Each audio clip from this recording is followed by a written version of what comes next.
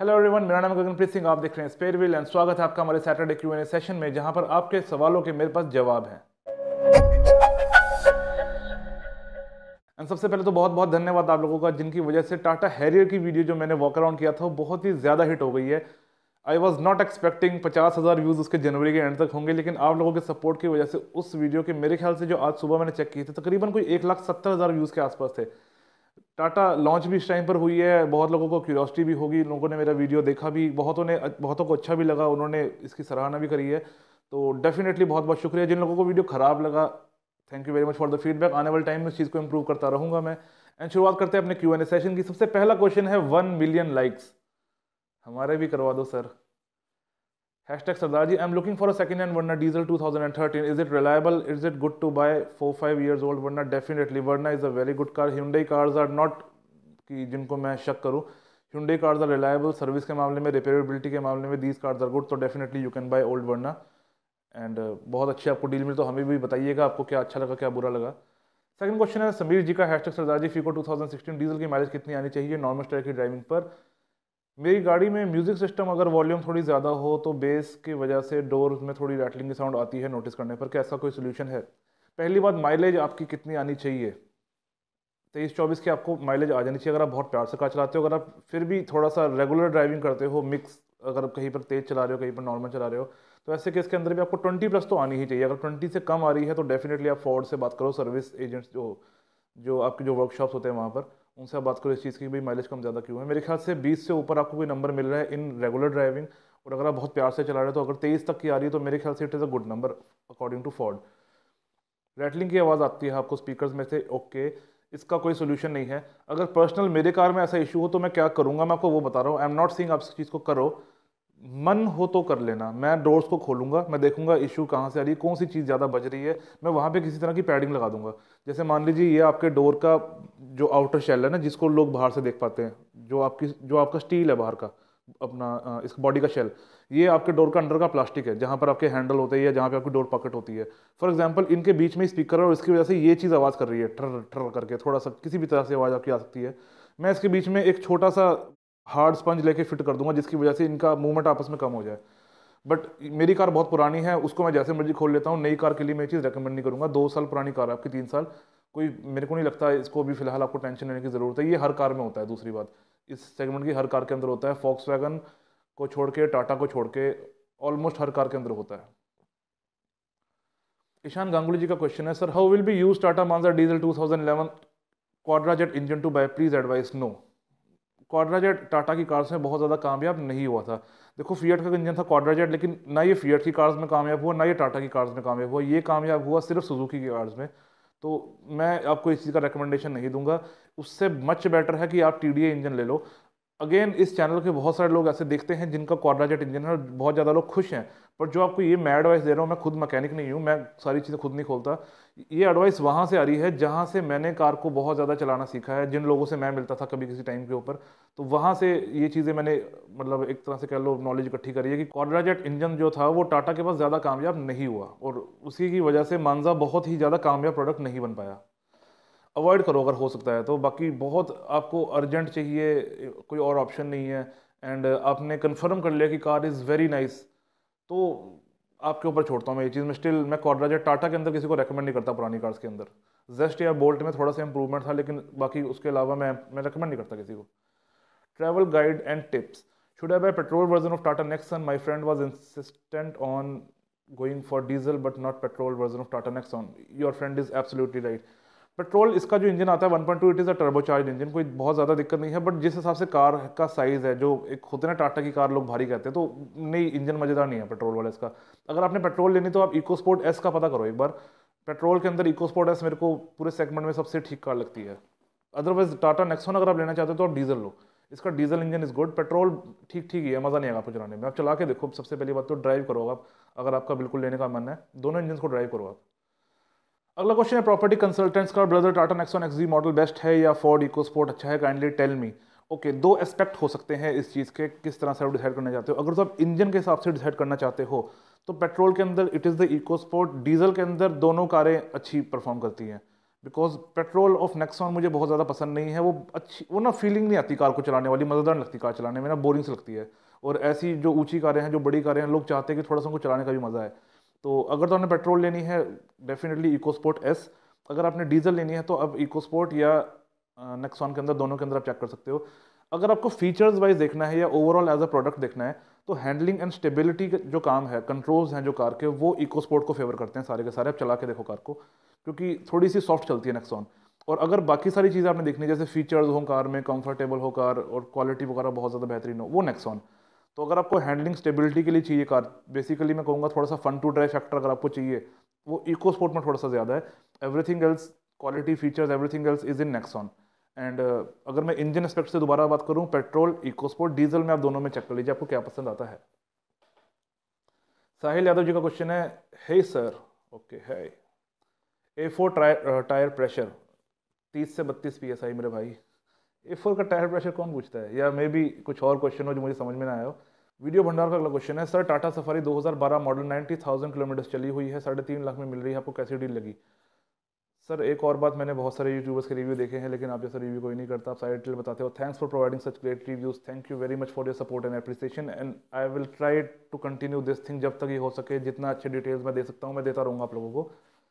Tata safari की बात करते हैं। ब्रो प्लीज़ सफारी का मॉडल थोड़ा सा मुझे एक्सप्लेन करो कि ये डाइकॉर है या स्टॉर्म में है या सिर्फ सफारी है। और अगर ये सिर्फ सफारी है, 90,000 चली है, 3.5 लाख की मिल रही है, थोड़ा सा इसको कम करने की कोशिश करो आप, 320 330 तक लेके आओ। मैं मतलब इवन 3 तक लाने की कोशिश करो, मेरे ख्याल से बंदा आ जाएगा। टाटा की रीसेल लोगों को पता ही होता है कितनी होती है। तो जिस कंपनी की रीसेल कम है ना, उसका ये भी फ़ायदा होता है कि बाद में लोग जो हमारे जैसे होते हैं, जिन्होंने सेकेंड हैंड कार लेनी होती है, उनको ये चीज़ बेनिफिशियल रहती है। चलो मैंने तो कभी नहीं ली, मुझे कभी ज़रूरत सी नहीं लगी, बट हाँ डेफिनेटली अगर कभी मुझे कार लेनी होगी तो मैं ऐसी कार भी पसंद कर सकता हूँ कोई जिसकी रीसेल कम हो और कार बहुत ज़्यादा अच्छी हो। ठीक ठाक सी है सफारी रिलायबिलिटी में, लेकिन पसंद है तो आप ले सकते हो। गगनदीप सिंह का क्वेश्चन है, sir I decided to buy Renault Duster second hand, इसका मेंटेनेंस एंड सर्विस चार्ज कितना है? नाम बहुत अच्छा है आपका। ओके, रेनॉल्ट डस्टर, पेट्रोल या डीजल? डीजल की अगर मैं बात करूँ, मैं को डीजल का तो मुझे आइडिया है, 7,000 से 10,000 पड़ती है, डिपेंडिंग अपॉन शहर, डिपेंडिंग अपॉन सर्विस कौन सी है ये। और पेट्रोल की आप थोड़ी सी कम लगा लो, इससे मेरे ख्याल से पड़ती होगी 4 से 7,000 के आसपास। तो अगर मैं डीजल की बात करूँ तो इट इज़ 7 to 10। अगला क्वेश्चन सिद्धार्थ जी का है, hashtag Sardar ji, I hate Maruti but really love SX4 because of its style and ground clearance, but I want to know your opinion, is used SX4 VVT worth buying for rough usage? Will it have rattles like other Marutis if we off-road it? How will be spare parts availability and its engine long-term reliability? SX4 VVT, I guess आप 1.6 की बात कर रहे हो। ठीक था वैसे, reliability के अंदर कोई ज़्यादा इशू नहीं था, बट ये इंजन आपके सामने रिजल्ट ना कामयाब नहीं हुआ बहुत ज़्यादा। तो इंजन पे थोड़ा सा बाद में आते हैं। रैटल्स, रफ यूसेज की मैं अगर बात करूं, देखो कोई भी कार अगर किसी काम के लिए नहीं बनी हुई तो वो वहाँ जाके प्रॉब्लम करेगी, ठीक है। अगर कोई चीज़ कंपैटिबल नहीं है तो उनको आपस में यूज़ करना एक साथ मिलाकर बहुत ज़्यादा अच्छा आइडिया नहीं है। अब डिपेंड करता है आपकी रफ यूसेज किस तरह की होती है। मैंने ऐसे लोग भी देखे हैं जो किसी भी तरह की कार को किसी भी जगह पर ले जाते हैं लेकिन प्यार से लेके जाते हैं, उनको कोई दिक्कत नहीं आती। मैंने ऐसे लोग भी देखे हैं जो एंडेवर जैसी कार को भी खड़का देते हैं, क्योंकि उनको लगता है कि बड़ी कार जो तो ये रफ ही चलानी चाहिए, इसको सॉफ्ट चलाने का कोई फ़ायदा नहीं है। अपनी अगर मैं अपना अगर मैं एक पर्सनल एक्सपीरियंस की बात करूँ तो मैं इंडिका विस्टा को मैंने हर जगह पे चलाया हुआ है, और मैंने हर तरह की रोड पे इसको फास्ट भी चलाया हुआ है, मैंने स्लो भी चलाया हुआ है। मैंने किसी टाइम पर बहुत रफ ड्राइविंग भी करी है, रैश ड्राइविंग भी करी है बहुत ज़्यादा टाइम तक, और आज की डेट में मैं बहुत आराम से कार को चलाता हूँ। तो डेफिनेटली डिपेंड करता है आप कार को कैसे चलाते हो। हालांकि जहाँ तक मारुति की बात है, यस पुरानी मारुति रैटल्स करती थी और अभी वाली मारुति भी रैटल्स करती हैं। जैपनीज़ कार्स जितनी भी हैं वो सब रैटल्स करती हैं। After a point of time आपको टोयोटा के अंदर भी रैटल्स मिल जाएंगे, आपको होंडाज में भी रैटल मिल जाएंगे, आपको मारुति में भी रैटल मिल जाएंगे। तो जापानीज़ कार रैटल्स के साथ एसोसिएटेड होती है।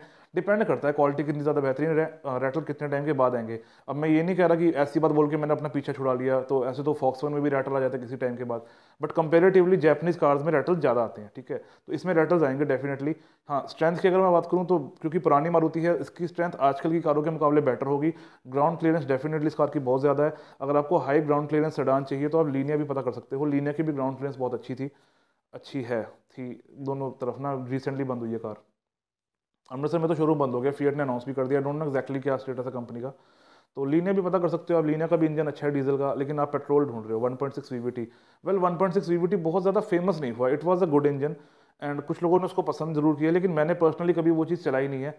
Give me some time and इसी कमेंट के ऊपर मैं आपको अपडेट करूंगा कि 1.6 वीवीटी का प्लस या माइनस क्या है। बाकी ऑफ रोडिंग सडान से करी जाए, ये बहुत ज़्यादा प्रैक्टिकल आइडिया नहीं है, but it is all up to you. मैंने भी इंडिका से ऑफ रोडिंग करी हुई है, सिर्फ फ्रंट व्हील वाली ऑफ रोडिंग। अगला क्वेश्चन है पंजाबी राइडर्स की तरफ से, पोलो और स्विफ्ट। पोलो बहुत अच्छी है, स्विफ्ट से पोलो की सेल पीछे क्यों हो रही है? साढ़े लोग का कसूर है या पोलो ही अच्छी नहीं है? पैसा भाजी पैसा। ऑलराइट, इसी क्वेश्चन के अंदर हम सियाज वर्सेस वेंटो को भी अब हिसाब लगा लो, क्योंकि वो भी सिमिलर सा ही कॉन्सेप्ट है। पोलो और स्विफ्ट को इंटरनेशनल मार्केट के अंदर ना कम्पीट किया जाता है कुछ लेवल्स के ऊपर, और अगर आप इंटरनेट पर ढूंढोगे पोलो वर्सेस स्विफ्ट, आपको बहुत सारी वीडियोज या आर्टिकल्स मिल भी जाएंगे। इंडिया में ऐसा क्यों नहीं है? Because India is a price sensitive market. And ये पैसा कहाँ कहाँ पर अफेक्ट करता है उसकी बात कर लेते हैं। सबसे पहली बात तो जनरल मेंटेनेंस कार की। पोलो की जो रेगुलर मेंटेनेंस है, चाहे वो हर 15,000 के बाद होती है, it is costly and it is costlier then Japanese cars, Korean cars, American cars and even Indian cars. Maruti Suzuki, Honda, Toyota, hyundai, Ford और इंडिया की टाटा या महिंद्रा, इनके मुकाबले वैगन महंगी पड़ती है, इवन अगर उसकी सर्विस 15,000 के बाद है तो भी। तो ऐसे केस के अंदर डेफिनेटली हर बंदा सोचता है कि अगर बार बार जाना है, सर्विस तो होनी होनी है हर कार की ना, चाहे वो 10 के बाद हो चाहे 15 के बाद हो, वो तो होनी ही है। क्यों मैं इलॉजिकल सा पैसा खर्च करूँ? और मुझे पैसा इलॉजिकल क्यों लगता है? इन्होंने सर्विस के रेट पीछे अनाउंसमेंट की थी कि हम कम करेंगे, डेफिनेटली इन्होंने कुछ चीज़ों के रेट कम किए हैं, बट इन्होंने पैसे कहाँ से पूरे किए हैं? इन्होंने लेबर की कॉस्ट इंक्रीज कर दी है। इंटरनेशनल कंपनी है, कहीं ना कहीं वैगन वर्ल्ड का सबसे बड़ा ग्रुप है। ग्रुप की बात कर रहा हूँ मैं। अगर मैं इंडिविजुअल ऑटोमोबाइल्स की बात करूँ तो वैगन का जो टोटल टर्नओवर है वो मारुति सुजुकी के टर्नओवर से कम होता है हर साल, आमतौर पे कम रहता है हमेशा, लेकिन एज अ ग्रुप ये बहुत बड़ा है। तो कंपनी को सोचना चाहिए इस चीज़ के बारे में कि ये छोटी छोटी चीज़ें करके आप अपना खर्चा नहीं चला सकते। आपको यहाँ नया प्रोडक्ट देना पड़ेगा जो आप नहीं देना चाहते, बिकॉज आपको पता है कि सरकार हमारी BS4 BS6 में थोड़ा सा कंफ्यूज है अभी भी। एनीवेज बाकी कंपनीज भी हैं, वो भी कुछ ना कुछ सोल्यूशन निकालेंगे, आप उसको देखिए। दूसरी बात है, ऑलरेडी कंपनियां जो वैगन है खास करिए तो वैसी स्कैंडल्स में फंसी रहती है। रिसेंटली सरकार ने इसको थोड़ा सा, इसके ऊपर 100 करोड़ का मेरे ख्याल से नया कोई फाइन लगाया है। करते रहते हैं वैगन वाले अपने हिसाब से, तो वो ऐसे पूरा करते हैं, मेरे को लगता है। ये मेरा पर्सनल ओपिनियन है कि ये इलॉजिकल महंगी है। दूसरी बात, ये तो होगी मेंटेनेंस की बात। उसके बाद स्पेयर पार्ट्स। स्पेयर पार्ट्स चाहे आपके मेंटेनेंस में कवर होने हैं, जैसे कि सर्विस के अंदर कोई चीज़ चेंज होनी है 1 लाख 1.5 लाख के बाद, या भगवान ना करे किसी का एक्सीडेंट होता है तो उसकी कार के अंदर तब लगने हैं। ऐसे केसेस के अंदर जो इनके स्पेयर पार्ट्स हैं वो इलॉजिकल रेट्स पे हैं। क्यों और कैसे? कोई पार्ट अगर सुजुकी स्विफ्ट में लगा हुआ है और वो वहाँ पर 100 रुपये का है, तो इनका वो पार्ट 150 रुपये तक का हो सकता है। मैं नहीं कहूँगा इतने का ही होगा, पर हो सकता है। इनका रेट्स का कोई मतलब कनेक्शन नहीं होता बाकी कंपनीज के साथ। अब definitely it is a different company, इनको बाकी से देखने की जरूरत नहीं है, बट प्रैक्टिकल सी चीज़ है ना। अगर इस मोबाइल का कवर, मैंने मान लो ये कवर 100 रुपये का लिया है, it is a big mobile, ठीक है, ये चेंज का फ़ोन है सैमसंग का, और इसमें कुछ मटेरियल यूज़ हुआ होगा। तो सिमिलर मटेरियल वाला कवर अगर मैं किसी छोटे फ़ोन का लूँगा तो मैं एक्सपेक्ट करता हूँ वो इससे सस्ता ही होगा, चाहे इसके बराबर हो। अगर ये 100 रुपये का, मुझे इससे छोटे फ़ोन का कोई कवर सेम ऐसी क्वालिटी वाला 250 रुपये का दे, तो मेरा अपना दिमाग बोलेगा नहीं ये लॉजिकल रेट है इस चीज़ का।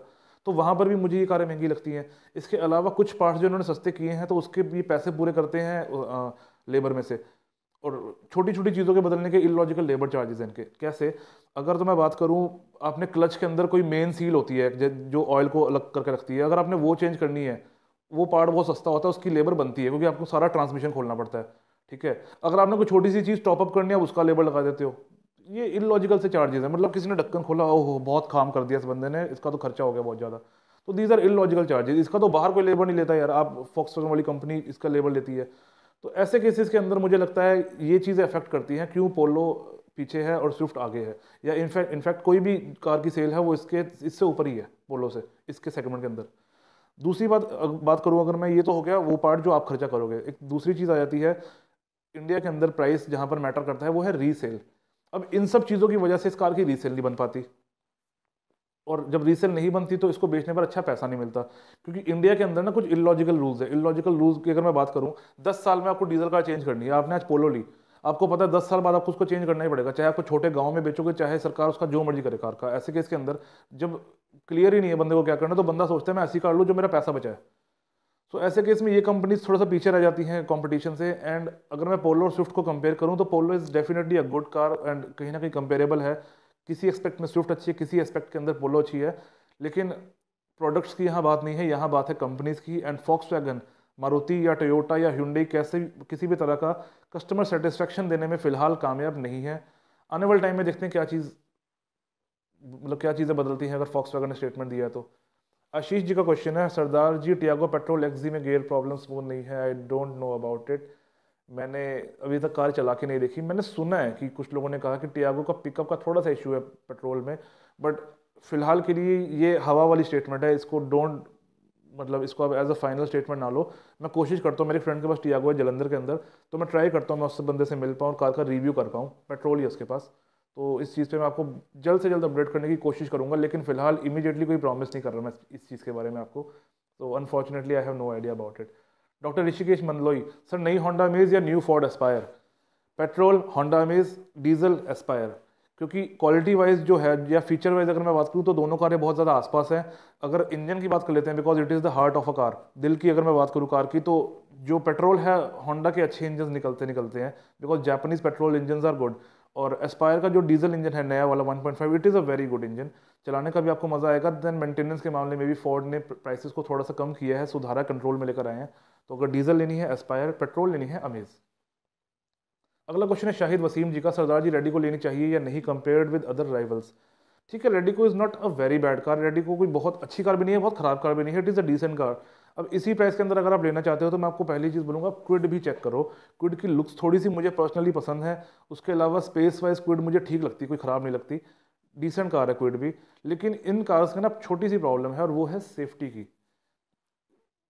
छोटी छोटी कार्स है, नहीं कंपनीज कितना सामान लगा देंगे इसके अंदर सेफ्टी के लिए, कितनी शीट को मोटा कर देंगे रेट को बराबर रखते हुए, तो ऐसे केस के अंदर सेफ्टी कॉम्प्रोमाइज़ हो जाती है।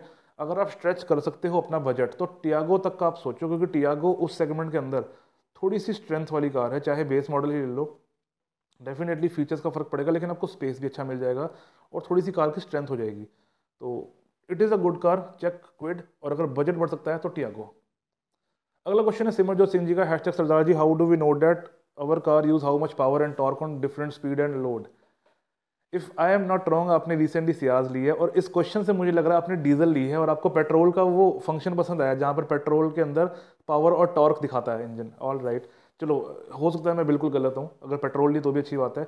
वैसे ऐसे केस के अंदर ना देखो, इमीडिएटली तो कोई चीज़ हमारे पास नहीं है जिसको करके मैं बता दूं कितनी पावर है, कितना आउटपुट है। आमतौर पर लोग डायनो का इस्तेमाल करते हैं, लेकिन फिर भी अगर आप करना चाहते हो, you need an OBD device. आपको एक अच्छा डिसेंट ओबीडी डिवाइस लेना पड़ेगा। OBD stands for on board diagnostics, आपको पता ही होगा। तो ओबीडी डिवाइस आप कनेक्ट करोगे अपने फ़ोन से या टैबलेट से या किसी लैपटॉप वगैरह से, किसी भी चीज़ से, तो आपको वो इमीडिएट पावर दिखा देगा। जो अच्छे ओबीडी डिवाइसेस होते हैं वो दिखा देते हैं। एक्जैक्टली कॉस्ट कितना पड़ेगा इसका मुझे आइडिया नहीं है, लेकिन अगर आपको वो चीज़ देखनी है अपने स्मार्टफोन पे तो you need an OBD device. मेरे ख्याल से this is the very basic thing you can do. बहुत एडवांस में इसके क्या सोल्यूशन है, I have no idea about it honestly. मुझे मॉड्स वॉड्स के बारे में ना कम ही पता है। मनदीप जी का क्वेश्चन है, हैशटैग सरदार जी, मेरी 2012 Renault Fluence E4 diesel top spec manual has done 92,000 kilometres, but the car is in perfect condition except 2 or 3 scratches on front right side bumper rear left. ठीक है, छोटे मोटे होते हैं इतने टाइम में यार। What can be its worth if I plan to sell it by September, and should I buy Harrier as next car or should I wait for XZ variant? All right, Renault Fluence E4, it is it was a very nice car। मैंने देखी थी, मैंने test drive करी थी इस car की, car मुझे बहुत ज़्यादा पसंद थी। एंड उस टाइम पर मेरे को सच में मेरे मन में ये बात थी कि ये कार चले, ये कार बिके, क्योंकि आई थिंक 2012 के आसपास ही, आई थिंक 11 के अंदर ना ऑप्ट्रा बंद हुई थी शायद। तो this was a very nice car. अप्ट्रा की एग्जैक्ट तो ये रिप्लेसमेंट नहीं मैं उसको बोल सकता, लेकिन जैसे ही पतली सी है, आगे से लाइटें छोटी हैं, मुझे बहुत ज़्यादा पसंद है। इसका आप क्या आपको चाहिए, आई विल सजेस्ट यू, आप इसका पिच करो 6.5 lakh. I am sorry, car की रीसेल बहुत ज़्यादा अच्छी नहीं है, ये आपको भी पता है। तो इतनी महंगी कार 6 लाख में आपको बेचने का मन नहीं करेगा। मेरे पास पैसे होते और ये एक्सीलेंट कंडीशन में मैं आपसे ले लेता। एनीवे 6.5 लाख आप पिच करो तो थोड़ा बहुत आपको भी, बाकी पता है वीडियो पे बोलने की ज़रूरत नहीं है, थोड़ा बहुत बार्गेन होगा and you will get a good price. Should I buy Harrier as next car और should I wait for XZ plus variant? If you think कि हैरियर के अंदर जो जो फीचर हैं XZ मॉडल के अंदर, जो टॉप वेरिएंट उसके अंदर सब कुछ कंप्लीट है, आपको कुछ नया नहीं चाहिए, तो डेफिनेटली आप ये कार ले सकते हो। XZ वेरिएंट का वही लोग वेट करें जो फिलहाल इमीडिएटली कार लेने वाली कंडीशन में नहीं है। अगर आपको पता है कि आपको इमरजेंसी, मतलब एक तरह से बहुत इमीडिएटली कार नहीं लेनी है, तो आप आराम से वेट करके, मैं तो कहूँगा XZ वेरिएंट का चाहे आप थोड़ा सा वेट कर लो, इतने टाइम के अंदर आपको हैरियर के बारे में ना इंजन रिव्यूज़ भी आ जाएंगे। वैसे तो it is a very nice engine, हमको ज़रूरत नहीं है रिव्यूज़ की, but still it is a new product. अगर अर्जेंसी नहीं है बंदे को, तो बंदा 2-3 महीने आराम से वेट करे कम से कम। देन हो सकता है तब तक XZ प्लस के बारे में कोई खबर भी आ जाए, हो सकता है उसके अंदर सनरूफ या बेटर अलॉयज़ मिल जाए आपको। चारों डिस्क मिलने के चांसेस कम लगते हैं मुझे, तो वेट कर लो आप, मुझे कोई इसमें इशू नहीं लगता। अगर आपको इमरजेंसी नहीं है तो वेट कर लो। Fluence is a very nice car, don't sell it if you can keep it. अगला क्वेश्चन अनु कुमार जी का है, एंड जिन लोगों को डीलर से प्रॉब्लम होती है छोटी मोटी, इस क्वेश्चन को थोड़ा सा आप देखें कि कैसी कैसी दिक्कतें आपको आ सकती हैं। I have booked a Tata Nexon XM petrol in December, paid 10,000 as booking and later 1 lakh. When I come to sign finance papers, then I come to know that manufacture month was March 2018. I was shocked, and then because salesperson earlier told me that Nexon have much demanded and is not possible that it could be more than 2-3 months old, I refused to take delivery. Now dealer told me that please inspect vehicle first, then take decision. All right, vehicle already have 10 to 11 months old. What should I do? Dealer Concorde Motors Delhi. ऐसे case के अंदर देखो, इतनी पुरानी car देना वैसे मेरे ख्याल से सही नहीं है आज की डेट में, बिकॉज ये कार पिछले साल की है, और अगर मैं फाइनेंशियल ईयर की बात करूं तो ये कार 2017-18 के अंदर है। यानी जब 18 का फाइनेंशियल ईयर खत्म हुआ था तो मार्च के अंदर डिस्काउंट्स लगे होंगे टाटा की कारों पे। उस टाइम पर टेक्निकली ये कार बिक जानी चाहिए थी, अगर बिकनी होती तो आई विल रेकमेंड, पहली बात तो इस कार को आप अवॉइड करो। वैसे आपकी कमेंट पे मैं इस चीज़ का जवाब दे चुका हूँ, तो जो लोगों को बस ऐसी चीज़ों के बारे में जो इच्छुक होते हैं उनके लिए मैंने ये क्वेश्चन इंक्लूड किया है। इस कार को कोशिश करो आप लेना अवॉइड करो ऐसे केस के अंदर। दूसरी बात, टाटा को या कोई भी मैन्युफैक्चरर है उसको आप कांटेक्ट करो, फेसबुक, ट्विटर, इंस्टाग्राम, जहाँ जहाँ पे आपको टाटा दिखता है या कोई भी एक कंपनी है जिसके साथ ये जो लोगों को इशू आता है ऐसा किसी कंपनी के साथ, आप कंपनी को कांटेक्ट करने की कोशिश करो, चाहे ईमेल करो, कुछ भी आपको करना पड़े, और हर जगह से उनके वो निकालो, आप कॉन्टैक्ट्स आप ढूंढो किनसे आपकी आपकी बात हो सकती है। ये चीज़ अक्सर डीलर कर देते हैं, चाहे कुछ भी रीज़न रहा हो इसका, कैसा भी रीज़न हो सकता है। मैं नहीं कहूँगा कार ज़रूरी वैसी हो जैसी मैं बताऊँ, लेकिन ऐसा हो सकता है कि शायद ये कार इनके स्टॉक यार्ड में ही पड़ी रही और बिल्कुल ठीक है। ऐसा भी हो सकता है कि ये एक एक्सीडेंटल कार है जो उस टाइम पर ठीक से रिपेयर नहीं हुई, इंश्योरेंस का चक्कर पड़ गया होगा, बाद में इन्होंने जैसे तैसे करके कार को सेट करवा लिया एंड ये आपको दे रहे हैं। तीसरी चीज़ ये हो सकती है कि शायद ये कोई डैमेज प्रोडक्ट हो जो इन्होंने स्टार्टिंग में ना बेचा हो, अब इनके पास पड़ गया हो, कोई लेता ना हो इस चीज़ को। तो डिफरेंट रीजंस हो सकते हैं, और भी रीज़न हो सकते हैं जिसके बारे में मुझे नहीं पता। हो सकता है कार एक्चुअल में बिल्कुल सही हो, टाटा के पास ही पड़ी रही हो, उन्होंने भेजी उनके पास ना, रीज़न कुछ भी हो सकता है, लेकिन आप इस चीज़ को अवॉइड करो अगर आपको इस बात की समझ आ गई है तो। एंड कंपनी को हर जगह पे कांटेक्ट करो, उनको सारी बातें बताओ। ऐसे केस में या तो आपको अच्छा डिस्काउंट मिल जाना चाहिए 25-30 हज़ार का, लेकिन मैं डिस्काउंट की जगह नया व्हीकल ज़्यादा प्रेफर करूँगा, क्योंकि ये बहुत ज़्यादा पुराना है। एक होता है ना 2018 का साल खत्म हो गया, दिसंबर का महीना है, तो आपको नवंबर तक का व्हीकल बेच रहे हैं, अक्टूबर तक का बेच रहे हैं, ठीक है, 19 का जनवरी चल रहा है, मार्च 18 की कार आपको दे रहे हैं। इतनी टाइम क्या करती रही कार वहाँ पड़ी हुई? या तो सारे लोग मेरे से सवाल पूछ के जा चुके हैं, भैया पुरानी कार नहीं लेनी, नहीं भैया नहीं लेनी, नई कार लो, तो ऐसा तो है नहीं। तो मेरे को नहीं लगता कि ये कार यहाँ पर होनी चाहिए थी। ठीक भी हो सकती है, लेकिन I am sceptical about it, तो इस कार को आप अवॉइड करो और कंपनी को मेल डालो। अगर कंपनी अपनी तरफ से एश्योरेंस देती है किसी तरह की कि हाँ ये आपको इशू नहीं आएगा, this is from the Tata side not from the dealer, ऐसे केस में आप जा सकते हो कार के लिए, बट फिर भी कंपनी को बताओ इस बार के। अगला क्वेश्चन है बबुद्दीन बाबा जी का, स्विफ्ट ZDA 2013 65,000 किलोमीटर्स कितने में खरीदनी चाहिए? एंड 330 के आसपास कोशिश करो अगर डील सेट होती है तो। वैसे वो 4 लाख के आसपास मांगेंगे, स्विफ्ट वालों की आदत है, एक्स्ट्रा पैसे मांगते हैं वो। मैं तो 320 330 के ऊपर दूंगा नहीं इसके, एंड ये पैसा तब दूंगा अगर कार की कंडीशन बहुत ज़्यादा एक्सीलेंट है, अगर बहुत ज़बरदस्त कंडीशन में कार है। And second thing, second hand cars के केस में ना थोड़ा सा मुझे बताया करो आप कौन से शहर में हो। जो लोग भी वीडियो को देख रहे हैं, कल को अगर आपने कभी कोई चीज़ पूछनी है तो, बिकॉज ना शहरों का फ़र्क पड़ता है। जैसे बड़े शहरों के अंदर थोड़े से रेट जल्दी गिरते हैं, छोटे शहरों के अंदर रेट थोड़ा सा देर से बिकते हैं, मतलब गिरते हैं, और जो पुराने व्हीकल्स होते हैं वो थोड़े से महंगे बिक जाते हैं छोटे शहरों के अंदर। तो आप जगह बताया करो, मेरे ख्याल से 330 320 would be nice for an excellent car. अगला क्वेश्चन अतुल जी की तरफ से है, hashtag Sardar ji, Veer ji Tata Nexon petrol से कैसी है as compared to Brezza diesel? Punchy है, पेट्रोल को डीजल से कंपेयर एग्जैक्टली नहीं किया जा सकता। हालांकि आप शायद इसलिए कर रहे हो, आपने शायद टर्बो चार्जर को काउंट कर लिया होगा, बिकॉज उसके पेट्रोल में टर्बो चार्जर है। तो पंच के मामले में ब्रीजा डीजल ही बेटर है। इनफैक्ट अगर मैं ओवरऑल राइड की बात करूँ, चलाने का जो मज़ा है, नेक्सॉन डीजल के मुकाबले ब्रीजा डीजल में ज़्यादा मज़ा आता है। तो आप तो नेक्सॉन पेट्रोल की बात कर रहे हो जो थोड़ी सी और पीछे है नेक्सॉन डीजल से, तो Brezza diesel is a good car चलाने में और एवरीथिंग एल्स।